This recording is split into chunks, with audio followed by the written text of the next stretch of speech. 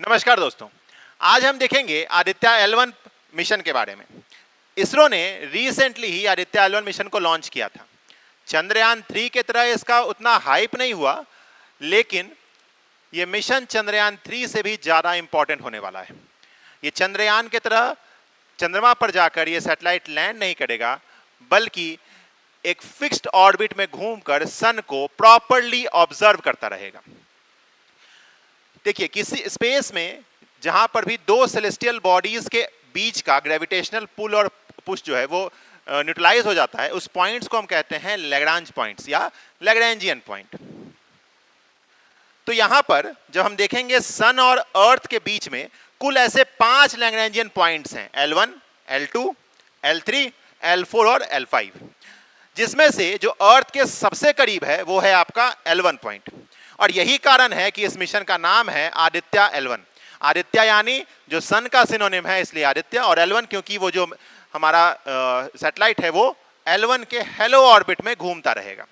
अब देखिए, चूज करने का हमारे पास दो ही ऑप्शन थे, L1 या L2, क्योंकि L3 जो है वो सन के बैक साइड में पड़ता है, तो वहां तक पहुंचना भी बहुत मुश्किल है, और L4 और L5 का भी सेम क्राइटेरिया है कि ये भी हमसे बहुत दूर है। तो सबसे पहले हम L1 पे फोकस करेंगे।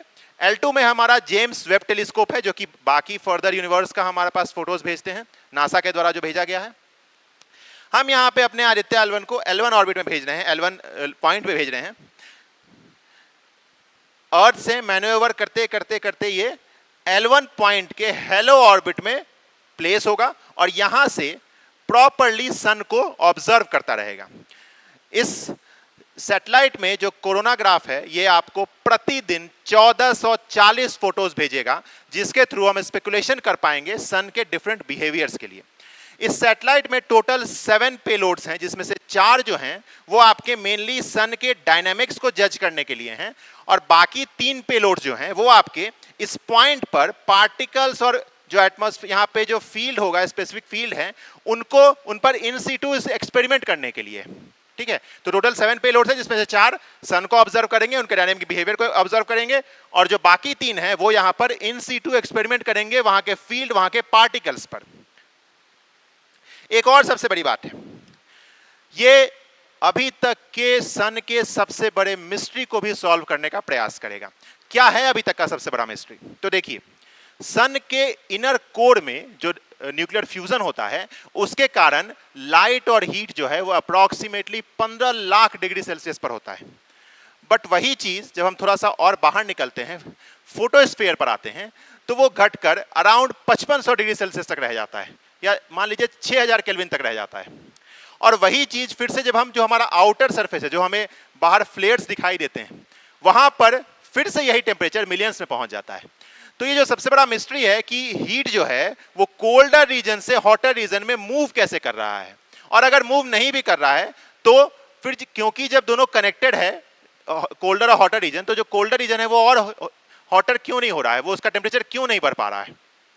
ये एक सबसे बड़ा रीजन है इस मिशन को यहाँ पे लॉन्च करने का।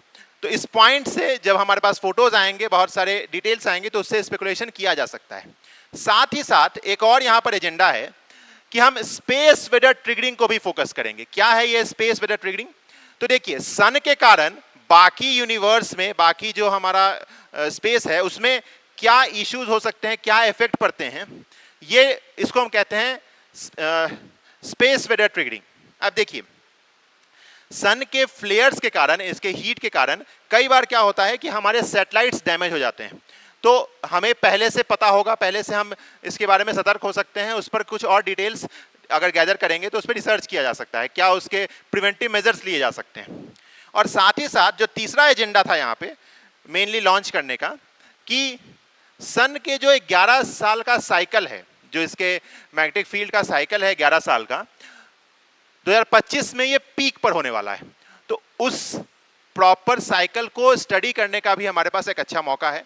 तो इसलिए भी जरूरी है कि हम इस बार आदित्य L1 को लॉन्च करें थे। ये जाहिर सी बात है कि चंद्रयान, मंगलयान से भी ये काफी रोमांचक होने वाला है, और डेफिनेटली सन के काफी अच्छे प्रॉपर इमेजेस हमें मिलने वाले हैं नेक्स्ट 5 और 6 मंथ्स में, क्योंकि 4 महीने का टाइम तो इसे वहां तक पहुंचने में ही लगेगा। तो ये था आदित्य L1 के बारे में एक ब्रीफ डिस्क्रिप्शन। आशा है आपको कुछ चीजें यहाँ क्लियर हुई होंगी।